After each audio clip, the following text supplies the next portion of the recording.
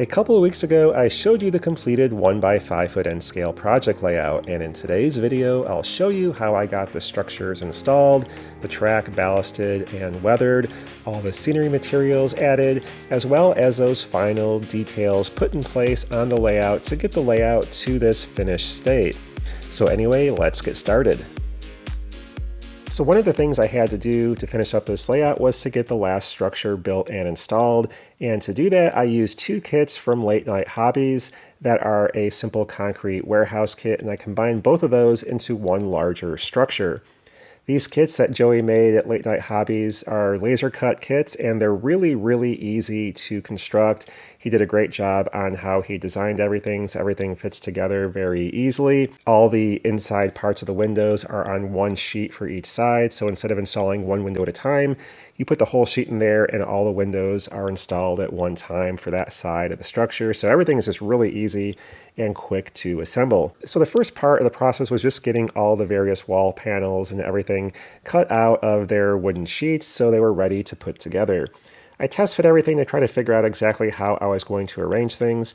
You do have two long sides of this kit, one that's all windows and one that has a door, so I wanted to make sure that I could rearrange these so I had a door panel on the left side and on the right side of these two kits when combined together, and that worked out just fine. Then I test fitted the roof to see how that was going to work out before I actually started doing all the gluing. He gives you great detailed instructions as well, and I decided to go ahead and assemble everything with regular wood glue, and so I just got some wood glue and a small brush and worked on painting all the various edges of the pieces and assembling them together. To install the roofs, I flipped the buildings upside down, and then I took a little sample test plate he gives you for playing around with coloring the actual wood pieces and use that as a little spacer. So when you have the structure flipped back upright again, the roof would be recessed by a little bit, 1/8 of an inch or so, and look more realistic. So I put that spacer piece there and then placed the roof panel on the inside of the structure and then spread glue around the edges to get that glued in place. I added some waste to help hold everything in place while the glue dried, and then I worked on getting all the interior pieces of the windows and doors and whatnot set up for painting. So I just took some scrap cardboard, put some pieces of masking tape on upside down, and put all the various detail parts like the window sills and the window interiors and door interiors stuck to that masking tape so I could go ahead and paint it. I originally planned on spray painting all those parts, but I decided I would just go ahead, since there weren't that many, and just do everything with a brush. So I went ahead and painted everything at one time, including the exterior of the structure. I was trying to go for sort of a light beige concrete block color, and so I just mixed up several colors of paint to kind of get the color I was after, and then brush painted the exterior and the interior of the structure so I wouldn't have to worry about any warping issues. And I mixed up a slightly grayer color for the window sills themselves, and then did a darker gray for all the window interiors and door interiors. And then I mixed up an even lighter gray color for the rolling doors of the structure as well. And here you can kind of see what that looks like with those windows and door panels installed. The beige color of the structure was a little bit too dark when it dried, and so I came back and lightened up the overall color and painted on a lighter coat for the second coat of paint. Once all that was dry, I mixed up a very light gray color into a wash, basically just adding a lot of water to a little bit of paint, so I could use that as the mortar color. I just brushed on the mortar color around the entire perimeter of the building, and then try to wipe off the excess using the brush as well as some of the paper instructions to get all the various big globs of pooled paint off along the bottom edges and so forth. So I'd have a pretty light, even coating of that gray. So one of the last things to paint was the edges of the door frames. And so I just took a mixture of gunmetal and dark gray paint and painted that along the inside of the rolling door. So you would basically have like the metal frame of that door visible around the perimeter of the door opening. And then next I came in and glued in all the window sills all around the layout, just using some CA to help glue all those in place. And I used a small screwdriver to make sure those little wooden window sills were pushed as hard and tightly as they could be to the bottom of each of the windows. I then used some more CA to glue in the panels that had the interior of the windows and the doors to each side of the structure. And then before gluing on the front panels that have the front door and the loading door, I went ahead and painted the bottom of that loading door opening a yellow color to basically simulate the warning stripes that you would have there. And then while that was drying, I added some blue painter's tape around the perimeter of the structure and worked on painting the roof. Here I just use kind of a gray-green color and use that for the entire rooftop as well as the sill around the top of the structure itself. I try to make sure I was only brushing up from the tape towards the top of the structure and not down towards the tape to help prevent any of the paint from getting pushed underneath the tape. So once I had the edges done, I just filled in the overall roof interior as well. And then I peeled off the tape before the paint dried so it wouldn't pull any of the dried paint off when I pulled the tape off. Then it was just a matter of gluing in the panels to the front of the structure, and all those interior parts were then installed and ready to go. I then broke out my weathering powders and applied a mixture of black and gray and brown weathering powders to all different areas of the structure to help make it look a little bit dirtier and more worn. The last step was just to install the window glazing, and he does give you plenty of material for that, and that also is very easy to install since he gives you a whole sheet for each side of the structure, so you don't have to worry about doing each individual window by themselves. You just glue on the whole sheet of plastic to each side of the structure, and everything is covered up, so you have plenty of space to apply adhesive well away from the actual window openings. To attach the window glazing, I did use my Tester's adhesive for clear parts, and that worked really well for everything. So anyway, a cool addition, and now I can go ahead, get all these structures off the layout, and work on the track and scenery. Okay, so for the rail painting, what I'm using is this Mission Models Rail Tie Brown, and I've used different paints and things. I just want something that's kind of like that dark brown color that looks like rail and not bright, clean nickel silver track. And then I like to use Neolube for the turnout areas because Neolube is conductive. Now I have to be careful with it that you don't get it everywhere and short out stuff, but the whole frog section of the Kato Unitrack turnouts is one piece, and so you can go ahead and paint the Neolube on there and it'll turn it black like I did here, and that makes it look better, but it's also conductive, so it's not going to ruin the conductivity of this whole frog area. If you paint this, you have to make sure you keep the rail heads clean and all that, and it's just easier to use the Neolube because whether it's on the rail heads or not doesn't really matter because it's still going to be conductive. So I've already gotten this area here complete, including this cluster of turnouts here. And so I'm just going to work on this area here, show you how I'm doing everything, and we'll move on to the next step. So I'm basically just taking a paintbrush and putting it on the rails, not really being too careful. I get it on the roadbed because I am going to be coming back here and ballasting, and actually I don't think it looks that bad on the roadbed anyway. Yeah, because you have rust and everything else that gets onto the roadbed from underneath the rails anyway. Now I'm only painting the sides of the rails that are facing the front of the layout. I don't really see any point in painting the backside because, I mean, you know, you're not going to get back here to look at it. It's just going to be really hard. Now, with the camera, like on a train, yeah, you'll see it, but it's really hard to paint back here this way. And, you know, I don't think it's just really worth the trouble. So if you can't see it, I'm not going to bother with it. I'm just really trying to work the paint into the bottoms, like the rail web area there. So now I'll come back with the Neolube. And if you haven't used this before, this is basically just graphite and alcohol. And so you end up getting a graphite layer left on whatever you put it. So it's actually a lubricant, which certainly can reduce traction, you know, for your trains. But, you know, you're not using this on the whole track. You're just using it on these frog areas. And I'll put it on the rail behind the point. Now before the paint dries, I'm just going to take an alcohol wipe and wipe down the rail heads. Alright, so now all of the rail is painted. Okay, so I painted part of the backdrop black. Those are the areas that are behind the windows of the structure, so if you look through the windows, you'll just see, you know, black back there, so it won't look like the wood wall. And so I just painted those areas black. And then the remainder of the backdrop, I'm going to paint this ethereal mood, a very light blue color, and just on the bottom portion for now. And I'll go ahead and get that paint on here. I don't need to be very careful around the structure areas here, so I need to overlap the black a little bit with the blue, but overall doesn't really make a whole lot of difference. I'll probably have to come back and do a second coat, I'm guessing, as well. And I masked off the areas I didn't want to get paint on. And I'll go ahead and cover up the track as well while I'm working so I don't get areas of paint on the track to have to clean off later on. And that doesn't look great yet, but I'll come back and add a second coat and get that looking nice and even once this first rough layer of paint dries. Okay, so now I'm going to go ahead and get these background structures glued in place because, there's not going to be anything obviously behind them, so it'll be easier to do the scenery work with these structures installed and then kind of work my way forward getting scenery and structures installed as I go along. I'm just going to use a combination of some CA and some tacky glue here for this structure installation. I'll come back and do some additional touch-up probably as well with some CA, but just running a bead along the bottom. And this is all going to be covered up with scenery material as well when I ballast the track and everything. And to some extent, the scenery material is going to help hold this structure in place as well.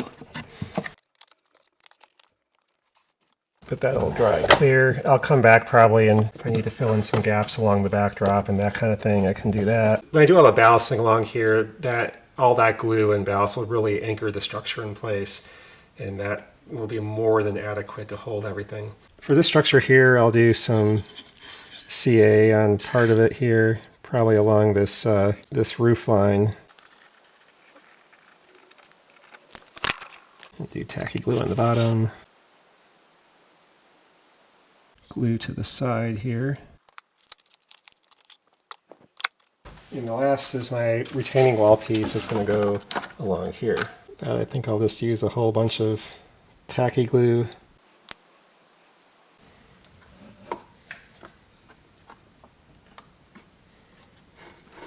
I'll have to fill this back area in with some foam, and I probably should have put that in there first, but just want to get this glued down now. Just use these files to help prop it forward like it's supposed to be. Alright, I'll just let all this dry, then I can come back and start working on the track ballasting. I mixed up several colors of ballast. This was all fine ballast and even some dirt and soil material from Arizona Rock and Mineral to get a color and shade that I liked, and overall just kind of mixed everything together until I got something I was happy with. Now, before I actually started applying the ballast, I took these removable glue dots and I stuck them all over the Kato turnouts. Anywhere there was an opening where I didn't want to get those ballast grains into, I covered up with a few of those glue dots to pretty much seal all of those openings. So that's where the levers are, where the actual points are, just anywhere that something could get lodged into and cause a problem. So once that was done, I worked on applying glue. When I ballast, I like to apply a layer of white glue to the area that I plan to ballast, so there's something on the very bottom of the ballast to help hold it in place. When you're just soaking ballast from the top, sometimes you don't get that glue to soak all the way to the bottom. So if you have glue on the bottom as well, that really helps to make sure that your entire ballast layer is going to be quite secure. So I just used a bottle to spread on some of the white glue and then a brush to get a nice even layer. Then I use a small cup to put on my first layer of ballast. I don't ever try to do ballast in one pass. It never works out that well if you try to do that, so I always plan on 2 or 3 passes with the ballast. So I just try to get a nice even coverage with that first pass of ballast, getting everything nice and smooth with the brush, not worrying about trying to get 100% coverage everywhere that I eventually will need it. I then sprayed everything down with some isopropyl alcohol as a wetting agent, but you could also just use some water with some detergent in it to soak into the ballast. And then I took a large bottle with diluted white glue and just dribbled that all over the areas I needed to glue the ballast down. Again, because I was planning on doing multiple coats, I didn't have to be too careful. Again, I did plan to come back and touch things up another time or two. I made sure everything was very thoroughly soaked, so there's actually probably more glue than I needed in a lot of places, but I wanted to make sure, since this was a portable layout, that I wouldn't have to worry about any of the ballast breaking free over time. I then came back the next day and removed all the glue dots and made sure that all the turnouts were operating properly, brushing any bits of ballast around the points to make sure there was no issues with getting those points to move back and forth on the turnout. And once I was happy that everything was still operating correctly, I moved on to working on the next layer of ballast. This next layer of ballast was a pretty thin coat since I did already have the bulk of the ballast in place. So just trying to get everything evened out, get better coverage on the track and that kind of thing. So just put a thin layer of ballast, spread everything out with the brush, and then I worked on adding ballast to the front part of the layout that I didn't do on the first pass. So once I had this layer of ballast applied everywhere, I again sprayed everything down with some IPA and then soaked everything with the diluted white glue. While that was drying, I worked on scenicking the back corner of the layout where the retaining wall was. I painted that area with a brownish color paint and then sprinkled on some ground foam. I did plan to come back later and add some shrubs and everything to this, but this for now at least got that first layer of ground foam adhered. So once again, I came back the next day after everything had dried with the ballast and worked on applying a third coat to most of the areas. And after applying that third thin layer of ballast, I went ahead and actually applied some ground foam between the track areas as well, so I could adhere that with the ballast all in one go here on this third pass. So again, same process, soaking everything with the alcohol and then dribbling on glue across the entire area. So the next day after that dried, it was time to come back and work on doing some static grass. Okay, at this point I'm happy with all the ballasting, and so I'm going to move on to doing some static grass. So in my Static King grass applicator, I have just a various mix of different colors of green. There's some lighter colors in there too, but it's mostly just various shades of green. It's various brands as well, so not any particular kind. I just kind of mixed stuff to get a color that I liked. And so all I'm going to do is apply some diluted glue in all the areas where I want to have the grass, and then kind of stipple it in there with a brush to work it in those areas. And then I can run the static grass applicator over it, and that will only stick to the areas that have the glue, and then I can remove the excess. So this is just my regular diluted white glue, and I'm just going to run a bead through the middle here. Might actually come back and work in some full strength glue as well. I don't want really sharp edges to the glue, so I want to kind of just work it in there. I do want to get a little bit along the buildings as well, so I'm just going to dab some full strength glue along there with a smaller brush.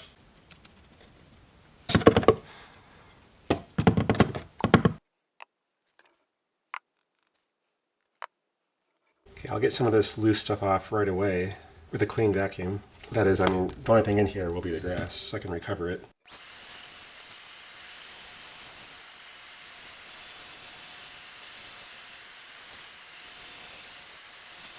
So even though I just put this down a second ago, you can see running the vacuum over it, the static grass does stick pretty well to where the glue is and gets pulled off from all the areas that doesn't have it, so you can see right away how things are going to be. And I think that's fine the way it is right now. There's some variation in the edges. I think that looks good. You know, I can come back and do little bits of ground foam and things like that to represent weeds and shrubs as well. So I could have done more yellowish colors in there, I suppose, but I think it's fine. And so I'll just kind of keep on moving and doing some other areas here and get all this done. Then I can let this dry and come back and do, you know, the next layer of scenery work on top of it. Now I'm going to work on adding some of this Woodland Scenic's light green clump foliage, as well as this fine leaf material, which I like a lot as well. The main thing I want to work on first is this area back here on top of the retaining wall. Just going to cover that in glue and just press a bunch of the material in there and then soak it with some diluted glue. And you know, I'll probably have to come back and do some additions later on as well.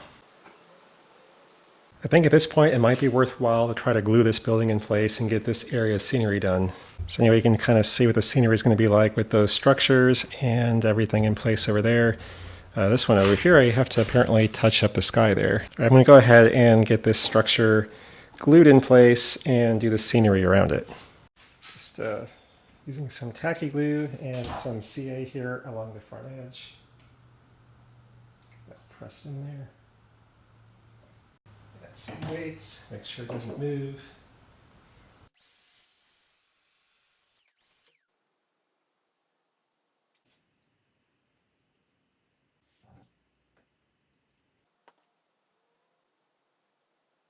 All right, now I'll let all this sit for now and come back and do some additional work, but definitely getting very close.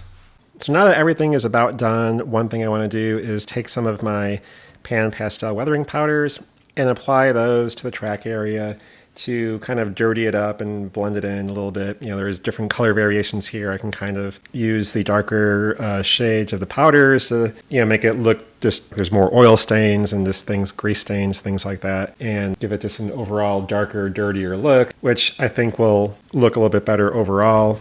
I'll go ahead and just, again, use a couple browns and a black or dark gray, I guess, and work on that just with a large paintbrush. So you can kind of see the comparison here between the track that I've done and the track that I haven't done. So, I think overall, it's not as much about making it look more realistic per se as kind of getting it out of the way. So you're not seeing the things that aren't as close to scale and things like that. So in general, if you make the colors darker, it kind of hides imperfections. If you make the colors lighter, it makes them more obvious. So by dulling down and darkening up the track overall, I think it just makes it look a little bit better from a distance. So with the darker and the lighter brown, if I think it's too dark, I can use a lighter brown, lighten it up, and vice versa.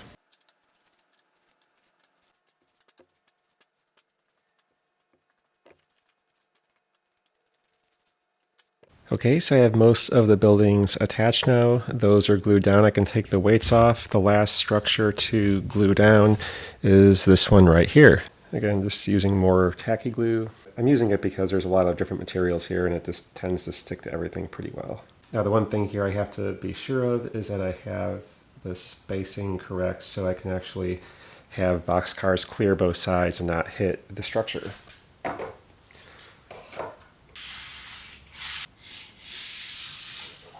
And since the layout was nearly complete, it was time to add some polyurethane to the entire exterior and interior of the wooden parts of the layout. And so I just used a satin polyurethane and ended up applying 2 to 3 coats across most of the actual layout itself, doing a light sanding in between each coat, but that always makes everything look a lot better. I then removed the folding legs for this layout since I didn't really like them that much. While they were nice to use to help elevate the layout, they just basically scratched anything you put them on because they were metal and had a lot of sharp edges. So I decided to just take off those folding legs since I usually just ended up having this layout on top of a table or counter anyway when I operated it. And so I just screwed on some small rubber feet. And so with these rubber feet screwed onto both the back and the bottom of the layout, I can either set it on its back or on the bottom on whatever surface I have it on, and it's not going to scratch any of those surfaces. So finally it was time to add the layout details. One of the first things I did here was to add some parking spaces between the structures at the front of the layout. This kit here gives you laser cut wooden bumpers for parking spaces and gives you a template for drawing the lines for each of the parking spaces. So I used a Woodland Scenic's white road striping pen to draw all the markings for each of the parking spaces. And then I also used a template initially for proper placement of the bumper at the front of each parking space, but that really just proved to be too hard to do, so I eventually just manually placed each of those bumpers by hand. I also added some trash bins in different areas, put in a couple of non-operating lights for the parking area, glued in some cars in various locations as well, put in a railroad crossing sign on one side, and then I worked on adding a Woodland Scenic's chain link fence to separate the concrete pad area between the two warehouse kits and the structure on the far right-hand side. These fences are easy to install since they're pre-assembled, so it's just a matter of poking some holes through the road base area for the posts of the fence, and then I just used CA to glue everything in place. I did some more parking spots on that side of the structure as well, added in, again, a few more dumpsters and more vehicles to those areas. And then I ran some CA along the fence on both sides and just added some earth ground foam to both sides of that fence to kind of imply that there were weeds and other things growing right along the fence line. I also glued on a few containers since you often see those in a lot of places around various industrial structures just for extra storage and that kind of thing. And then it was time to work on making a Velcro track plan for the top lid of the layout. I decided that I wanted to add some Velcro here so I could have Velcro on the back of all of my car cards, and then I could place the car cards on the Velcro track plan where I intended to switch each of the cars to make it very, very easy to just glance up at the track plan and then glance down at the layout to figure out where all the car movements needed to happen. So I basically just cut each of these Velcro pieces to shape, and then just try to get the track plan as close as possible. But anyway, with that, this layout was complete, at least to the point that I was trying to get it to at this point in time. Again, there's always additional details or signs or different things like that you can come back and add, but for now, this layout is at a more or less completed state. Anyway, it took me a long time to finally get this layout complete. I spent a couple years working on it on and off, but I'm really happy with how this layout turned out. I hope you enjoyed the whole journey as I built this layout over the past couple of years, and overall I really like how everything turned out in the end. So anyway, I'll just leave you here with some final scenes of this layout, and thank you very much for watching. Bye.